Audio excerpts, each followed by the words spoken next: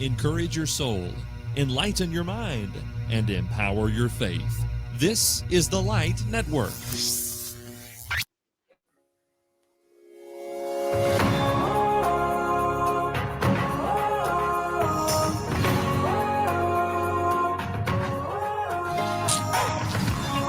We're contemplating the practical message of Jesus for our lives. Welcome to Today with Jesus. I'm Robert Hatfield. I'm Dan Winkler, and thank you so much for joining our podcast today. I was actually at Bible class on Wednesday night and visiting where our son worships, and one of a sweet sister in Jesus came up to me, and she's in, I guess, in probably her late 50s. And Robert, she said, "I love the podcast." I said, Thank you Great. so much. Isn't that great? You just love hearing feedback like that. Oh, it's wonderful. Yeah. Really I'm not going to share what other people have said. I appreciate that. Thank you. Always get positive feedback on the podcast. And thank you for allowing us to do this together. You're the brains behind all this technology, and it's just a joy to knock heads together every day, every week, really. And look at these questions this week or this year, and just super. Kind of tell people what we're going to do in our next series. So next season, which if you're listening to this chronologically, begins January of 2022, which I got to get used to that. I sort of feel we lost a year somewhere in there, but that's another story. Actually, two. That's right. Yeah. It's called COVID. 2022, we're going back to the text and be walking through the epistle to the Colossians, the book of Colossians. Right. We spent the first year of this podcast walking through Mark, and now we've devoted a season plus a little bit, Brother Dan, with your health challenges. We skipped a little bit of season 3, but we've been doing Q&A, what would Jesus say, in all of this year, 2021. And so in 2022, beginning in January, we're returning to Colossians. And I'm really, really excited about that. And all of this, looking at it specifically, looking at Jesus. And I'm excited about that as well. And that's in keeping with the theme and the title of this podcast, Today with Jesus. So we're looking forward to it. I think we're going to call it Changed by the book of Colossians. And we're going to walk with Jesus all the way through that particular book. And we're going to allow our Lord, through the teachings of Colossians, to help us be better people for his glory. I'm looking forward to that very, very much. I love to get into a text and watch it unravel before us and then come into our lives and our hearts. It's just fabulous. Yeah. But I've enjoyed this particular series of Q&A with Jesus, and our listeners have shared some tremendous questions. Yeah, absolutely. Absolutely. And the feedback that we receive on a regular basis, we are just really, really appreciative of that. And we'll tell you in a little while how you can get in touch with us, but that website, thelightnetwork.tv/TWJ, has the communication form that you can complete that'll come to me. And I always pass that along to Brother Dan as well. And we'd love to hear from you. And maybe to begin that way, even as we proceed. I mean, if you have continued questions, or maybe you can begin reading through Colossians, and if there's something there that strikes you that you want to be sure that we sort of hit on, that would be a wonderful thing as well going forward. Great idea. Yeah. We've got some neat questions to address today, and questions we're going for 2 this time. We're getting a little ambitious, I think, Brother. 2 preachers answering 2 questions. We'll be here for the next 3 hours, won't we? Oh, great. Well, I hope not. At least they can listen to it, piecemeal. It's fine. I'll share my thoughts and sleep through yours. How's that sound? Okay, that sounds good. I'll mute you if you snore. It's fine. There you go. What's question number 1? Question number 1. What would Jesus say about people with disabilities? And in parentheses, the person who asked the question specified mental and physical. And what would Jesus say about people who struggle with mental health issues? Okay. What a wonderful question to ask. I'd like to say just in general about disabilities that used to be we would ignore individuals that had challenges physically, and if not ignore them, just kind of isolate them. And that because when I was growing up, you were just kind of uncomfortable, really, around individuals that were, we would classify them in our thoughts at least, somewhat different. And I'm Mm, very grateful that we live in a much kinder society today, Robert. Today mhm, you see prosthetics in contrast to empty sleeves in shirts. mm, You have wheelchair accessible ramps. Nothing like that ever existed when I was growing up. You have in elevators, you have braille over there where you pick which floor you want to get off on. And so you have attendants in fast food establishments that will come up and clean your table or give you assistance. And these individuals are not as mentally capable as some of us, are a little bit more challenged. And I'm just grateful we live in a society that is far, far more accepting and gracious toward individuals that are struggling with life physically or mentally. In mm, specific, I think about individuals that have mental disorders, and some are born with them, of course, and then some develop them with time. And I'm grateful that we're more gracious with individuals that struggle mentally as well. It used to be when I was growing up, you were very unkind. People were very unkind to folks like this, had names for them, told mm, jokes about them. Yeah, I'm not a fan at all of the current woke culture, but I am grateful that we see uh, a more gracious spirit in treating others, especially others that are uh, different from us physically or mentally. So I'm thankful we are making progress there. So mhm, our question is, what would Jesus say about people with disabilities, mental or physical? And then I think our questionnaire, our individual wanted to focus on mental health issues in particular. So if I could look at that to begin, and you chime in anytime you wish, Robert. But when it comes to disabilities that are more physical in nature, I'm going to ask us to turn to Mark chapter 10. Mark chapter 10. I know about physical disabilities in my family. I had an uncle. He would have been my mother's brother. And when he was very, very young, he developed a disease and struggled with that disease the rest of his life. He lived 20 years with it. And mm, that disease actually took his eyesight in the last 3 to 5 years of his life. And I remember him when he was uh, young and uh, just virile and enjoyed life. I remember sitting on the back of a horse. He loved cowboys and wore cowboy boots and liked horses. I remember as a little boy sitting on the back of a horse, and he was the one that was guiding my horse. But then when mm, he lost his eyesight, he lost his ability to make a living for his family. My grandparents helped put in a forestry or rather a florist shop in their garage.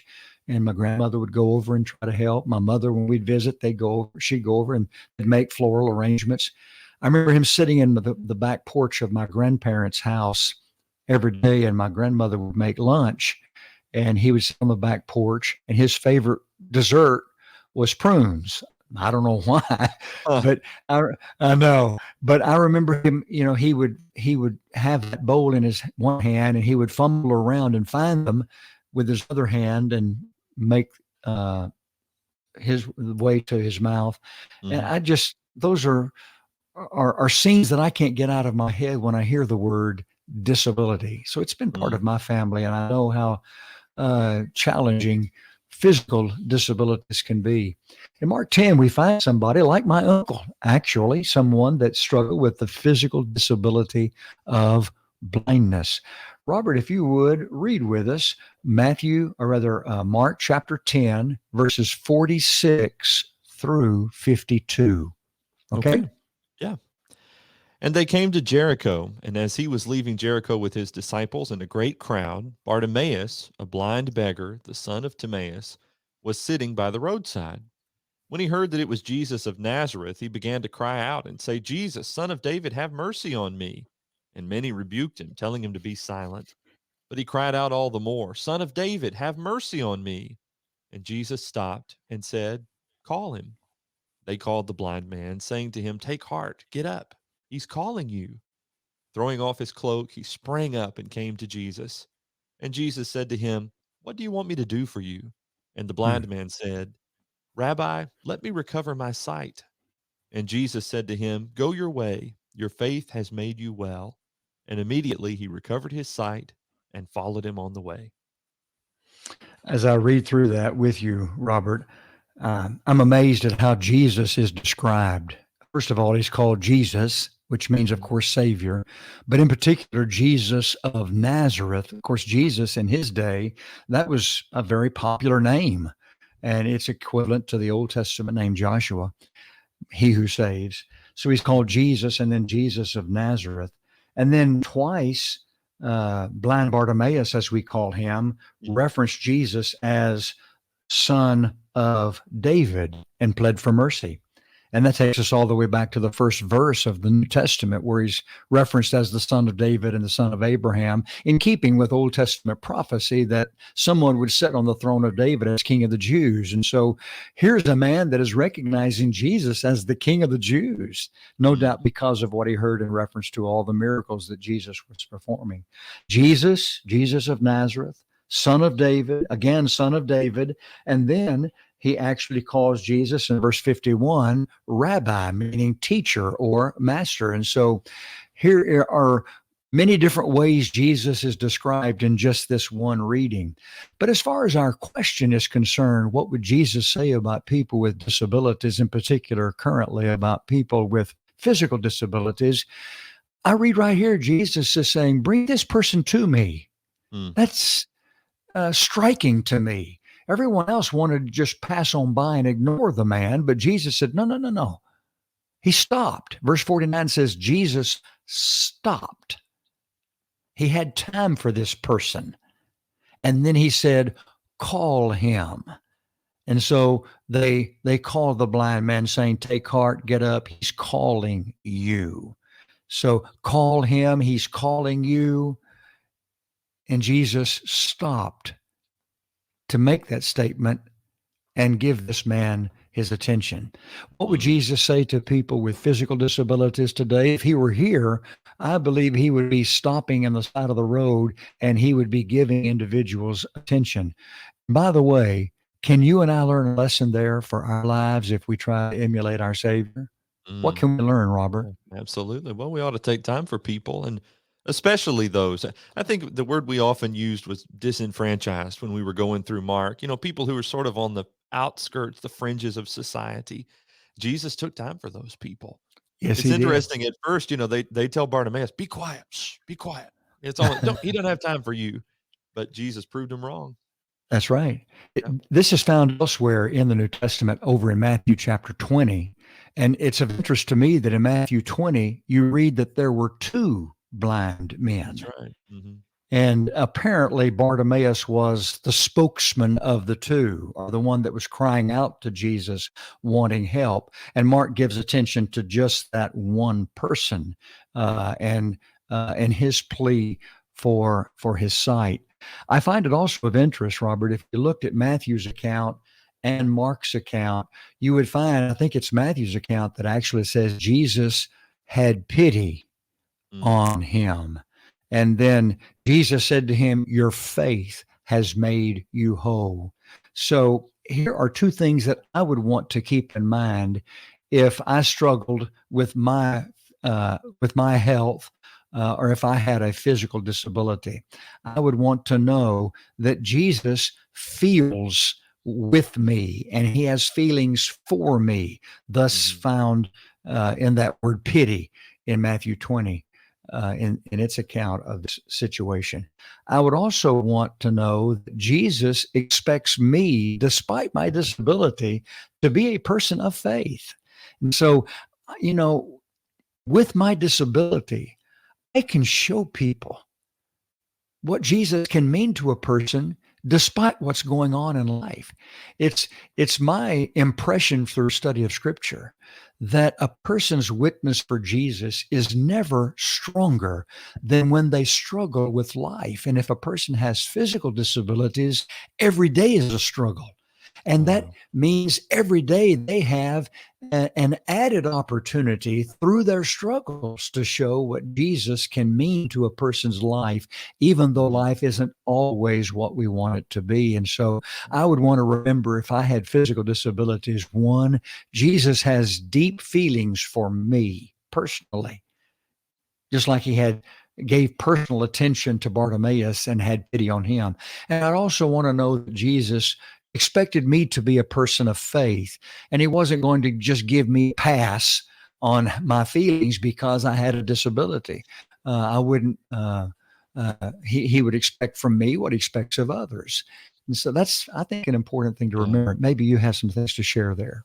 Oh, I was just thinking, you mentioned earlier that sometimes restaurants will have, workers who may have some challenges and they're able to do a variety of things. And I think that often my experience has been those are the people that lighten the mood of that restaurant. They make Oh you feel yes, welcome. They smile. yes, There's often an innocence about them rather than the cynicism that many of us typically display about life. And that leads me to exactly what you just said. They're bearing up under these challenges in such a positive. I don't, often I don't know these people personally, but it seems to be a faith-filled kind of way, a God-empowered kind of way that helps them. I like to think that helps them to face those challenges in some of those ways, and I think that's really neat. Speaks to what you just said, the obligation yes. I think we have to that, but we see that so often in people. Right. We need to live life inside the skin of others, and Yeah, especially yeah, individuals that are struggling with physical disabilities. If I'm speaking to somebody that is blind, they know the direction of my voice. yes, Their ears are geared to that, and they know if I'm looking away and if I'm just not paying attention, but trying to carry on a conversation and give them. They know if I'm really engaged in a conversation with them, and I yes. want to keep my eyes focused on their sightless eyes, and I may even want to touch them on the shoulders. If I'm Mhm. visiting with someone in a wheelchair, I think about a friend of mine. That had an accident of recent, and now that individual is destined to a wheelchair the rest of their lives. And when I see that person, uh, I want to find a chair and I sit down. And I Mm, want to sit down next to them in their wheelchair, and I want to carry on conversation with that person eye to eye, like we used to carry on conversations. And it's stepping into their world. You see a little child that is afflicted with a physical disability. Get on your knees and get on their level and eye to eye. Show them special attention. These are ways that we can emulate the compassion or pity that Jesus showed to people with physical disabilities. yes, As I read this particular question, Robert, I'm especially taken back by the emphasis given to mental disabilities. I think it's yes, referenced twice. It says disabilities and then parenthetically mental and physical. We just referenced the physical through the example of Jesus giving attention to Bartimaeus. yeah. But then it goes on and says, and people who struggle with mental health issues. Mm, And so, if I could be a little bit more specific in addressing that particular uh, facet of our question, I would like to say that once again, I am grateful that we live in a society that shows more attention to individuals that are struggling mentally. At one time, we were very unkind and even with individuals struggling with chronic depression or manic yes, depression, uh, we would want to just say to that individual, grab a hold of life and get on with it. But we live in a society today that recognizes that these are real issues in people's yeah. lives, and I'm grateful that we've reached that point. What would Jesus say to somebody that's struggling with mental disabilities? Uh, let's turn to Mark chapter 5. We're right here in the book of Mark. In fact, we looked at all of these, I believe, whenever we were walking through Mark in our first Mm. season. And that, by the way, was a delightful study. And I thank you for helping me in it. In Mark chapter 5, beginning with verse 1, we find Jesus encountering a demon, and the demon is actually self described as one called Legion, Mm. because there were many demons living inside this one body. Of course, a legion is 6,000. And so this is the occasion where Jesus cast the demons out, if you remember, into pigs. And if you look at the parallel accounts, there were 2,000 pigs and Mm. 6,000 demons. Wow. No wonder the pigs ran off the side of the cliff into the sea whenever these demons came inside of them. Do the Yeah. math. That's like 3 demons per pig. And so they couldn't stand it. Well, all 6,000 of them were living inside this one man's body, if we're to take that word legion literally. And as we read through Mark 5, we see that this man had mental disabilities, and they manifested themselves in a variety of ways. So, if you don't mind, Robert, Mhm. read Mark chapter 5, and let's go all the way down through verse 8. Mark 5, Okay. verse 1 through 8. Okay. They came to the other side of the sea, to the country of the Gerasenes. And when Jesus had stepped out of the boat, immediately there met him, out of the tombs, a man with an unclean spirit.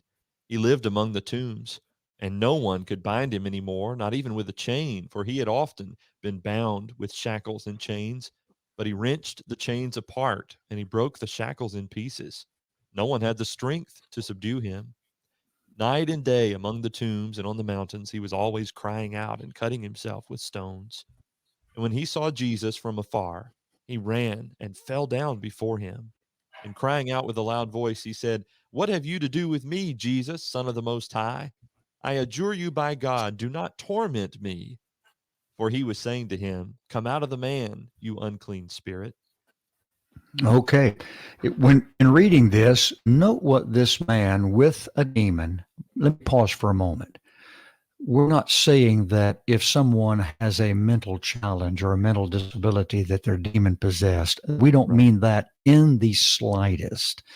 But this is an example of someone that was struggling with a mental disorder. And it's because he was demon possessed. And so I thought this would be a good passage to which we could turn and see how that mental disabilities can affect us, and then what Jesus had to do with this individual that was struggling mentally and then struggling because of demon possession. I felt like we might need to pause here for a moment and make that clarification with much kindness.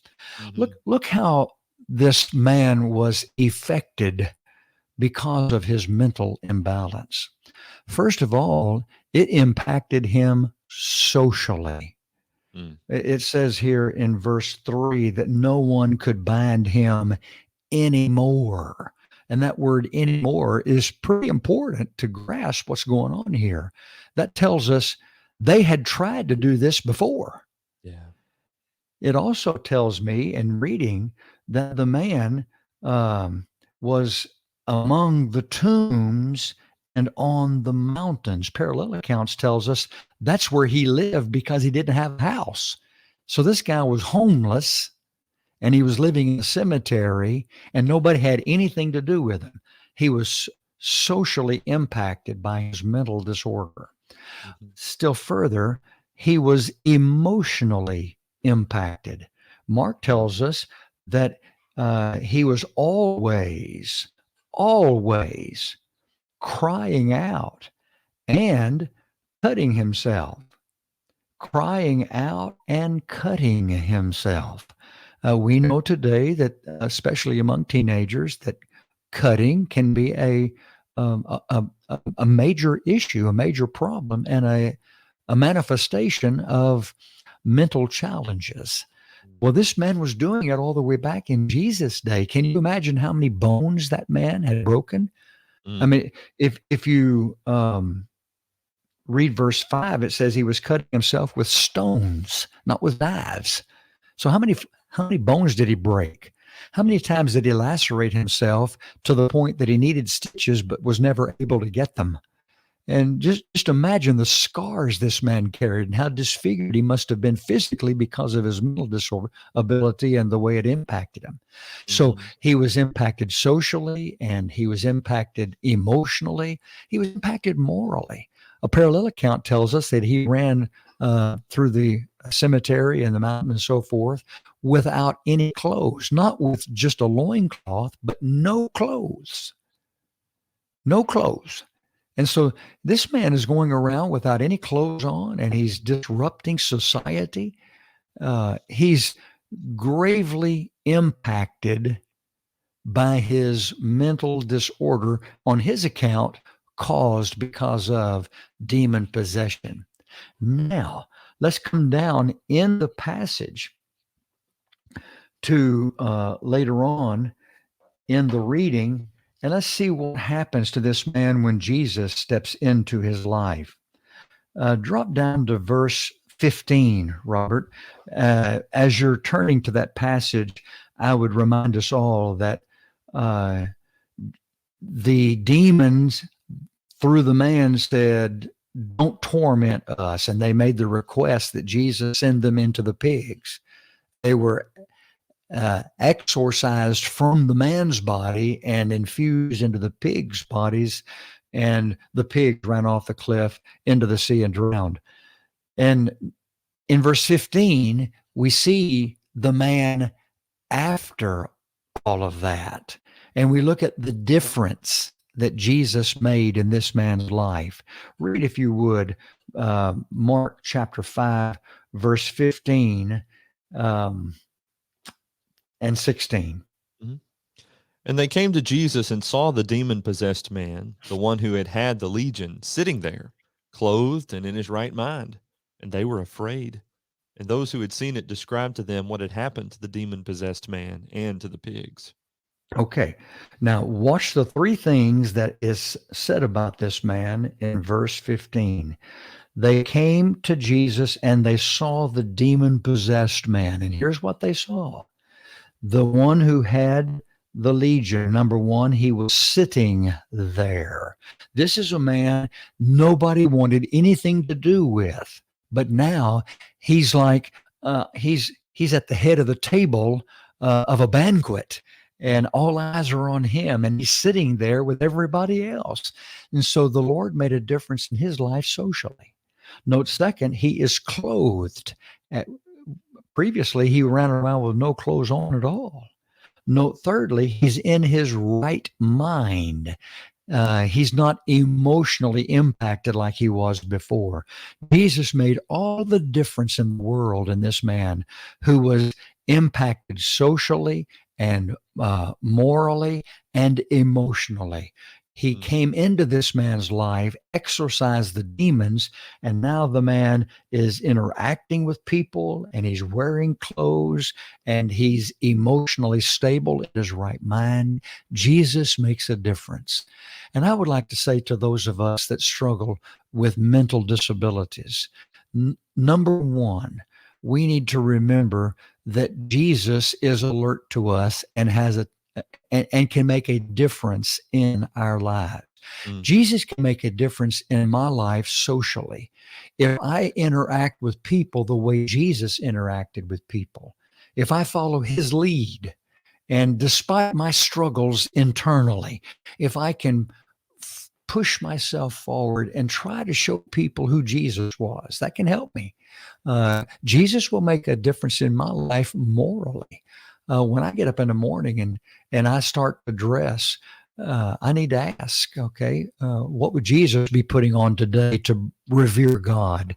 And you read First Timothy chapter 2, and it talks about modesty. And in that context, actually, it's talking about wearing too much clothing to draw Yeah. attention to yourself rather than not enough. But in principle, modesty is, as you look at the passage, it's clothing that shouts reverence for God. So Mm. when I put something on today, am I showing reverence to my God? And despite my mental health, I need to be asking that question. And then Jesus can make a difference in my emotional stability. I need to see myself through the eyes of my Lord and know how important I am to Him. He died for me, even though I struggle mentally, physically. Jesus died for me. He loved me. He loves me. And if I'm a Christian and I'm struggling with, say, chronic depression, manic depression, or some other mental disability, uh, I need to know Jesus died for me as a person, and He's sitting right next to God. He's at God's side, but He's on my side. And I need to keep that in mind in the midst of all of my challenges. I know I'm going to have bad days and good days, but in those bad days, I need to know that Jesus is alert to my struggles and understands, cares, and loves. And I think He would want me to know that as I work through these mental or physical disabilities. Perhaps you have some suggestions that we could consider. Well, like you said, that we're not saying that demon possession and mental difficulties are one and the same, though you have noted some parallels, and although not complete parallels. There was no question, though, that what this man was experiencing was a real thing. And there is no question that mental illness and difficulties of a mental nature are real. And You even better though believe it. sometimes we cannot see those the way that you would see a broken arm or something Yeah. else, even on X-ray or anything else, that does not change the fact that it is still very real.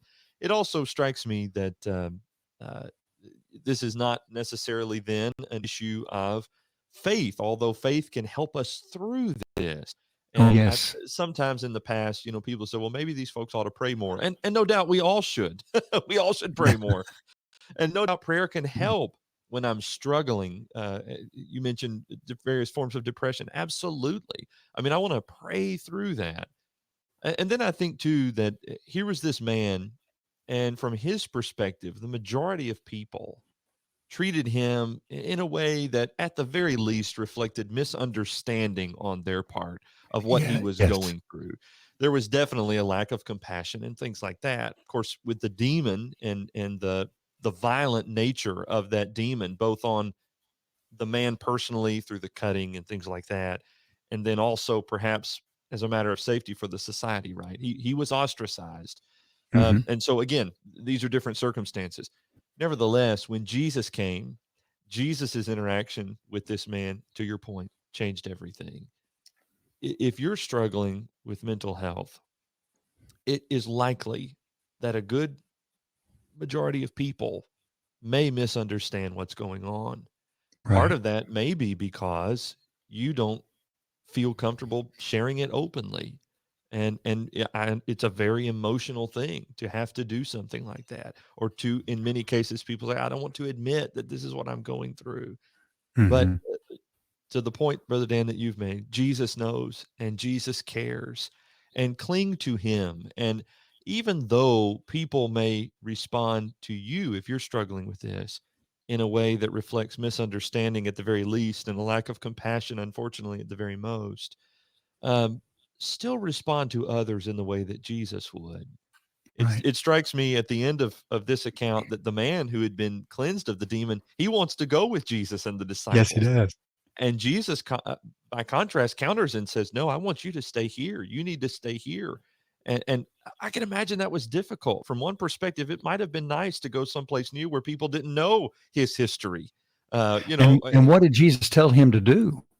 That tell others about him, about Jesus. tell There, what great things the Lord has done. And if yes, I'm struggling with a mental disability, I can still witness for Christ. I can that's right. tell people, I have struggles with life and be transparent about it. Yes, Jesus has made all the difference in my life. And yeah, again, I referenced my mother's brother who passed away in his mid 30s from the disease that took his sight. But mhm, there are members of my extended family, Robert, and perhaps many of us can say the same, that struggle with mental disorders. yes, And they we try to let them know that they're loved. Yes. And I know how debilitating these things can be and how dysfunctional it can make a person, an individual, feel. And nobody needs to know our love and care more than somebody that is struggling through some of these things. Mhm. If it's something that needs to be addressed by the taking of medicine, uh, I have to take medicine every day for certain disorders, and that doesn't make me less of a person. And Right. if an individual is struggling with mental disorders and it requires pharmaceuticals under doctor's care, that doesn't Yeah. make them less of a person. I know of individuals a lot of times they don't want to take medicines because of the effects or whatever, but that's between them and their doctors. I would simply say, from our perspective, two things. First of all, if I am struggling with a mental disability, I'm not less of a person, especially not to Jesus. Yes. And I can let everybody know again that even though I struggle, Jesus means all the world to me, and my witness for him can just speak volumes. And then, Mm. second, I need to know from this reading that if I'm not the one struggling with a mental disability, but I know others who are, they need my attention and compassion as much as this man received the attention and compassion of our Lord. Yeah, There's another that's right. question here, Robert, and Yes, sir. I don't like it, but I'm going to ask you to go ahead and Okay. You can't relate to this one, but you're gonna try and tackle it what anyway. are you talking about? Nice. What would Jesus say about aging and deteriorating health? Hmm. Okay, I asked to be the one to answer this question because I didn't trust Robert to answer it. I knew he was sooner or later he would use me as an example, as he Oh, already has nice. in just reading the question. I can't even read the question. I'm sorry. You're not to be trusted. That's what I'm saying. Oh, good. Oh my. Great. So, what would Jesus say about aging and deteriorating health? Let's go to the book. Let's go to the Bible that Jesus used. And that, of course, would be the Old Testament. I'm going to ask us all to turn to Psalm 92, verses 13 and 14. So if you could do that for us, Robert, Psalm I'm on it. 92, verses 13 and 14. I'm going to read it here. Let's just go all the way back to verse 12. It says, "The righteous flourish like the palm tree and grow like a cedar in Lebanon. They are planted in the house of the Lord." Excuse me. "They flourish in the courts of our God," talking about the righteous. In verse 14, "They still bear fruit in old age. They are ever full of sap and green to declare the Lord is upright. He is my rock, and there's no unrighteousness in him." I'm reading in verse 14 of Psalm 92 about individuals of age, old age, it says. And we could camp on these words. They're full of sap. You will sap you. But I don't really think that's what it's talking about. Um, it is saying that despite the fact that they are older than they used to be in their age, they are still um, a force of good to Mm. reckon with. They're still full, not full of sap. We'd say that person, despite his or her age, man, they're full of life still. And this passage says that even in age, they bear fruit. Look at Mm. verse 12. They, the righteous, flourish like the palm tree. Look at verse 14. The righteous bear fruit in old age. Also, verse 14, they're full of sap, or we would say full of life. They flourish, they're fruitful, they're full of life. 3 points. I'll start with F. You can preach that one Sunday morning.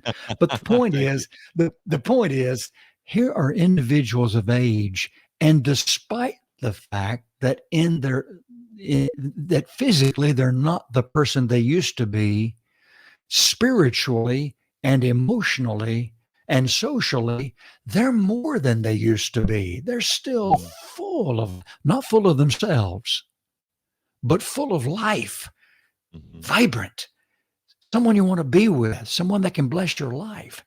Now, that's the Bible that Jesus used. And that's terminology that would have impacted our Lord's thoughts about people of age. I'm Mm. also reminded of what we find in Proverbs chapter 16. If we go to Proverbs 16, verse 31, for some reason, this one means a lot more to me than it used to. It says, gray hair is a crown of glory.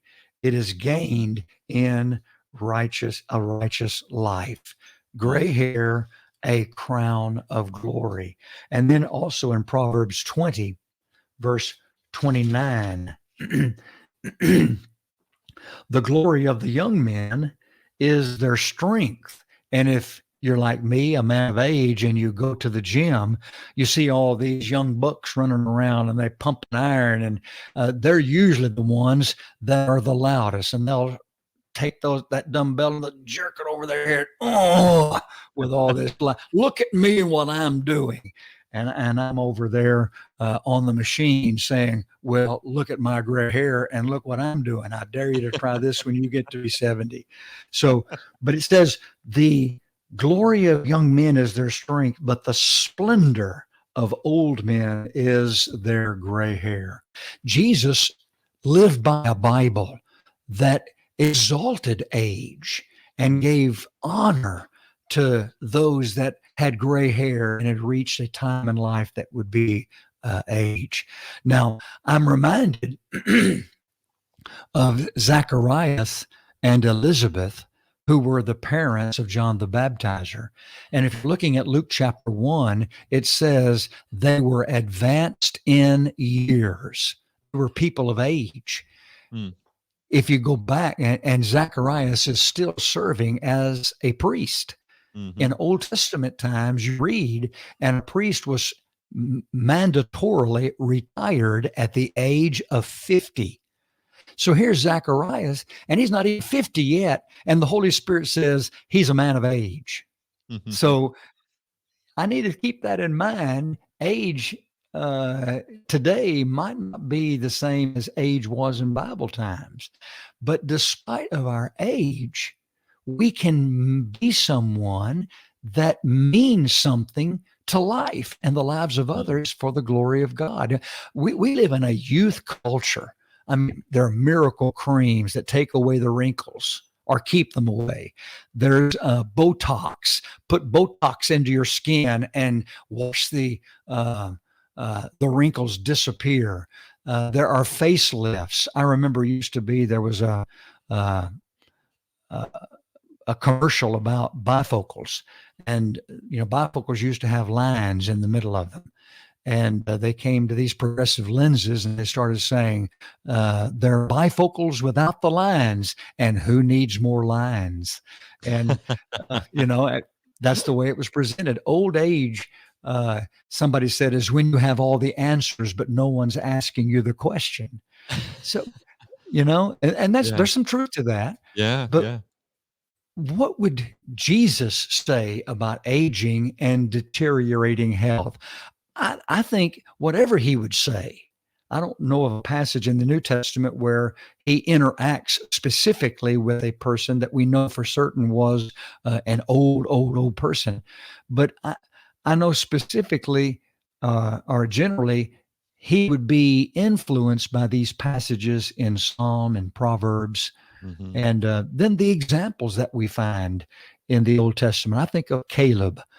I like to call Caleb Mr. Greatheart of the Old Testament. In Joshua 14, he's talking to Joshua. And in essence, because of time, he said, uh, I was 40 years old when we came to the promised land. And I said we could take this land despite the giants that live there because of God's help. And my brother made the people's hearts melt.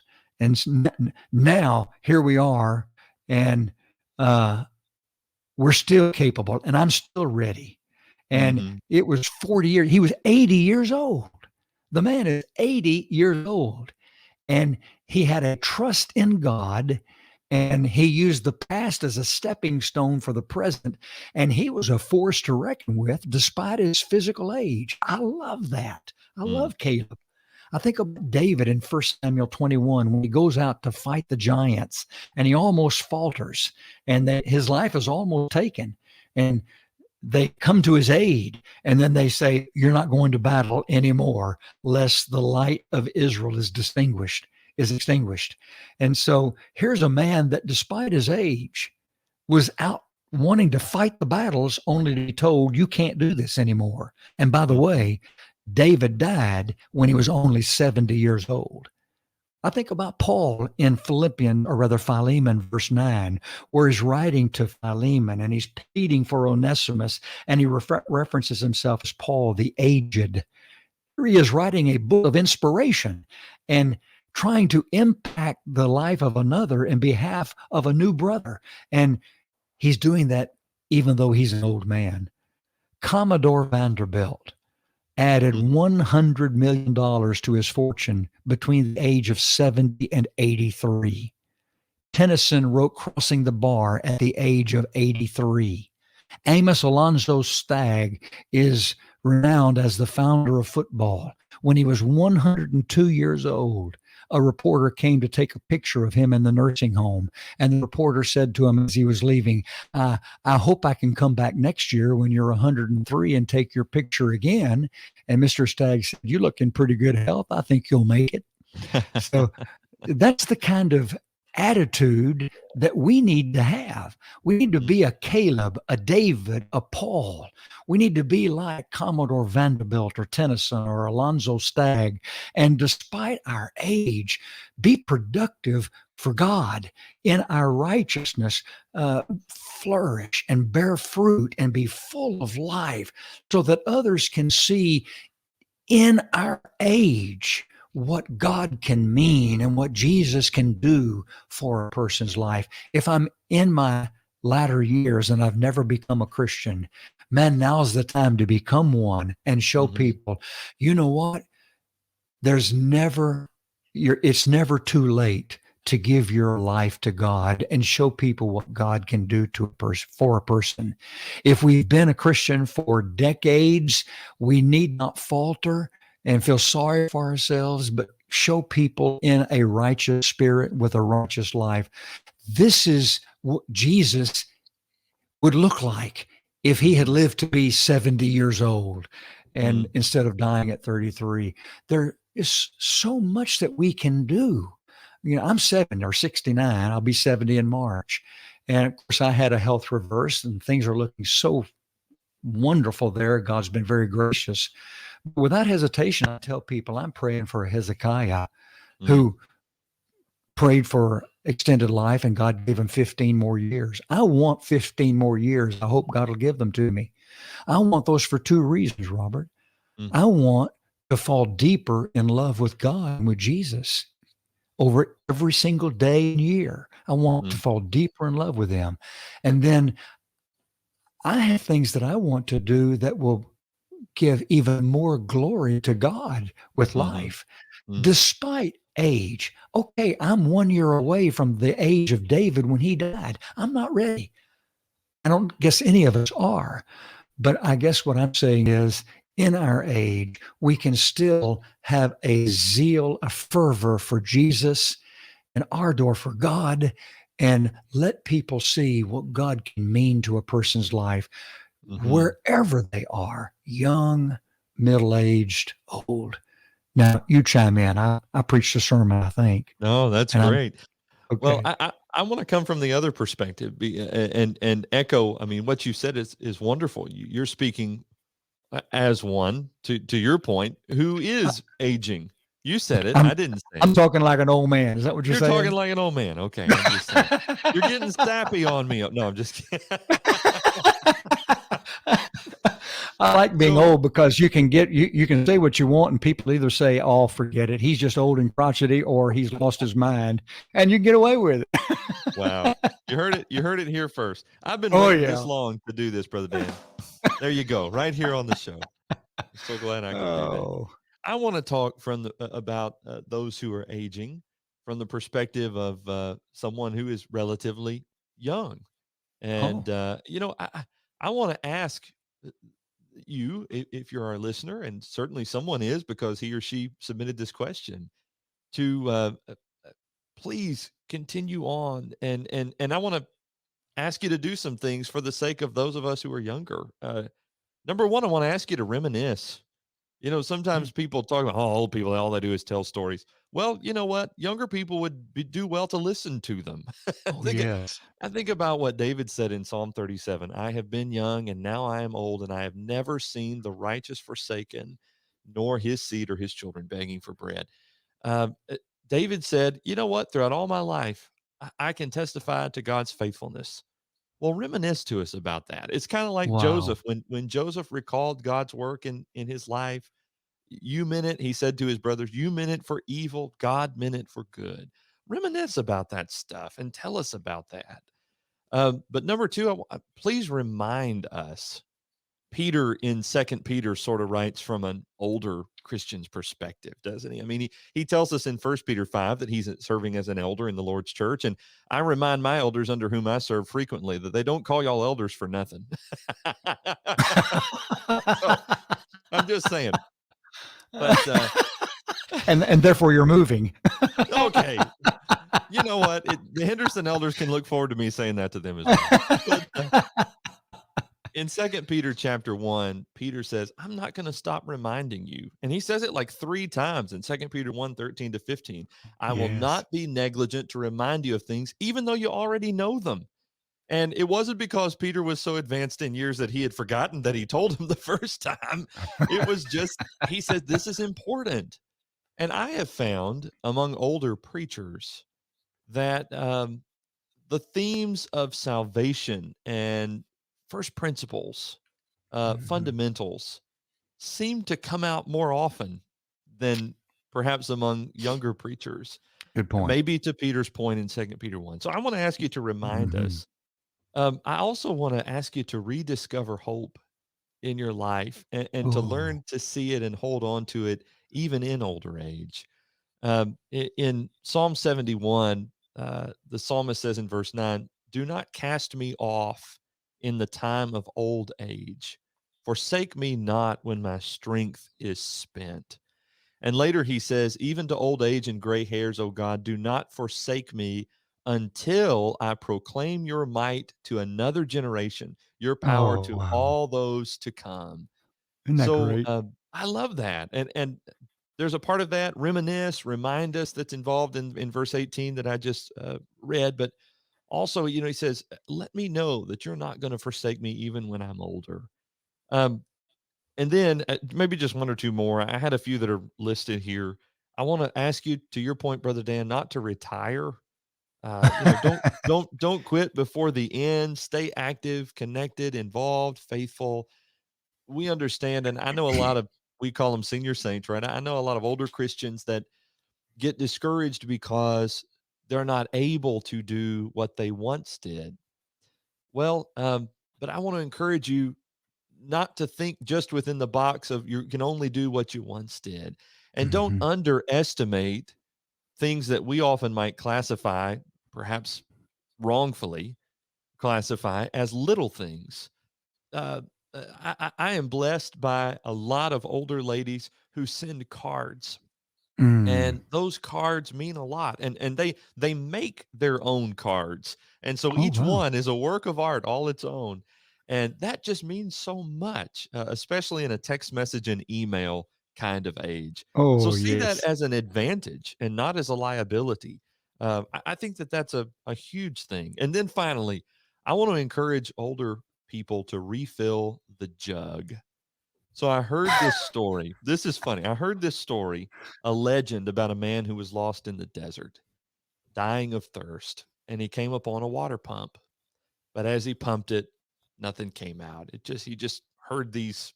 sounds, these screechy kind of sounds. Nothing was happening as he was pumping the water pump until he discovered a jug with a note written on it that said, "Dear friend, the water pump needs to be primed. Use the water in this jug to prime the pump, and then the water will flow freely." And then there was a PS at the end, "Don't forget to refill the jug." And the man has this conundrum, do I drink the water that's right here in this jug, or do I use it to prime the pump? And he ended up priming the pump with the water, and sure enough, the water flowed freely.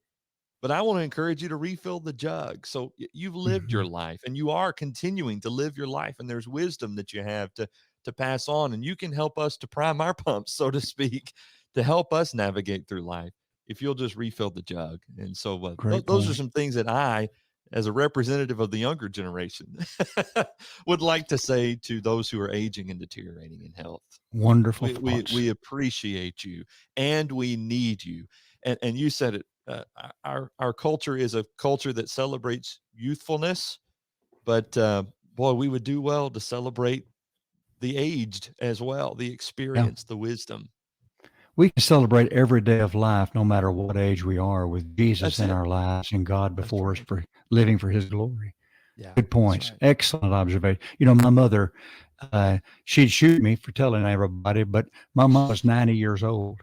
And up until just recently, she was crocheting Afghans or little blankets for people in old folks' homes or Mhm. in hospitals. My mother-in-law, if she had lived just a few weeks, lived to be 99 years old. And Wow. up until about the last year and a half of her life, she couldn't do much, but she would call people on the telephone and constantly be involved and just be a source of encouragement. She was a Barnabas Deluxe to people Mm, around her. But these are things that these two ladies, despite their age, were doing to lift others up, to yes. invest in other people's lives for God's glory. And we just need to be a little creative the older that we get, and on how we get around in the house or in society, and how we impact the lives of others for the glory of God. And we can still be full of fruit and and be a blessing to others. Yeah. Two great Well, I'm questions today. two great questions, and I'm thankful to know that there are those who are older, self-proclaimed by the questioner, who are listening to Today with Jesus, are Yes. watching Today with Jesus, and benefiting from it. That's wonderful as well. So I'm glad Amen. to know that. And if you're watching or listening and you're interested in getting in touch with us, please do so at the website, thelightnetwork.tv/TWJ. That's where you can find episode archives, subscription links, the latest YouTube video, as well as a contact form at the bottom of the page by which you can get in touch with us. If you want to submit a question for consideration here in the waning moments of the season, we would love to hear from you. If you enjoy the podcast, please subscribe in your favorite podcast app. Just search for Today with Jesus. Or you can go to YouTube and hit the subscribe button there. You can search Today with Jesus or my name, Robert Hatfield. The videos are aggregated on my account there on YouTube. And we also have a way by which you can subscribe via email. Go to thelightnetwork.tv and hit the schedule button. And there's a place where you can sign up for our email newsletter. And it'll provide you not only with Today with Jesus, but every other podcast that releases from the network. But every Tuesday, Today with Jesus would come right to your inbox. And that's another way if you'd like to get in touch with us or to continue to receive Today with Jesus when new episodes are released. Next week, Brother Dan, we continue Q&A, What Does Jesus Say? And we're looking forward to that as well. Great questions. Yeah, Thank you, absolutely. Robert. Thank you. And thank you all for being with us today. Until next time, may you live today and every day with Jesus in your heart and in your ways. God bless everybody.